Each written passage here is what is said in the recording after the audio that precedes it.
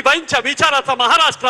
उभा करण्याचा संकल्प करणारे नेतृत्व या राज्याचे मुख्यमंत्री आदरणीय देवेंद्र फडणवीस साहेब बोलतात। एकदा हात वरती, जोरदार टाळी आदरणीय देवेंद्र फडणवीस साहेबांसाठी। जय ज्योती,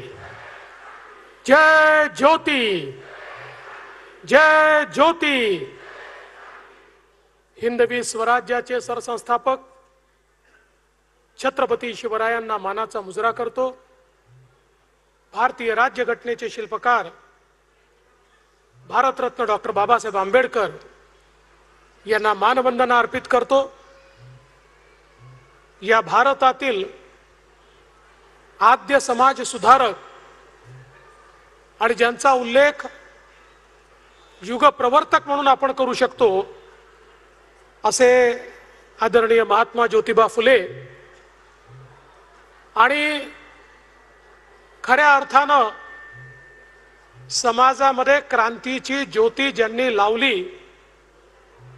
आणि समाजामध्ये परिवर्तन करून दाखवलं, त्या क्रांती ज्योती, ज्ञान ज्योती सावित्री आई फुले यांच्या चरणी नतमस्तक होतो आणि त्यांच्या या जयंतीच्या निमित्ताने आपल्या सर्वांना या ठिकाणी शुभेच्छा देतो। मंचावर उपस्थित असलेले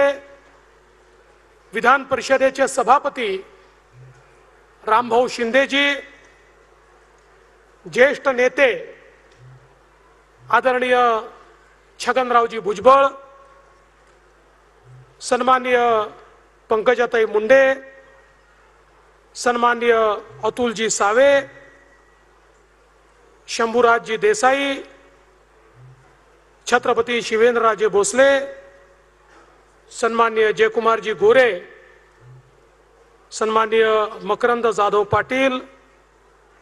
सन्माननीय अदितीताई तटकरे, आमचे सहकारी आमदार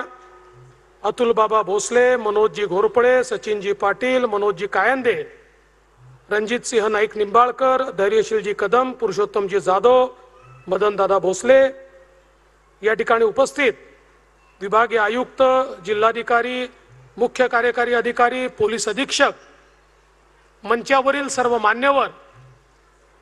या ठिकाणी मोठ्या संख्येने उपस्थित सावित्री आईंचा वारसा सांगणाऱ्या सर्व सावित्रीच्या लेकी, आमच्या लाडक्या बहिणी आणि उपस्थित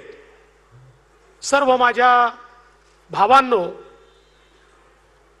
आज मला अतिशय मनापासून समाधान आहे की क्रांती ज्योती सावित्रीबाई फुले यांच्या 194व्या जयंतीच्या निमित्ताने त्यांना अभिवादन करण्याकरता ज्या मातीने त्यांना घडवलं त्या मातीचं दर्शन घेण्याकरता या ठिकाणी येण्याची संधी मला मिळाली आणि खऱ्या अर्थानं एक वेगळी ऊर्जा या मातीने मला देखील दिली आणि म्हणून नायगावच्या या मातीला देखील या ठिकाणी मी प्रणाम करतो, या मातीसमोरही नतमस्तक होतो।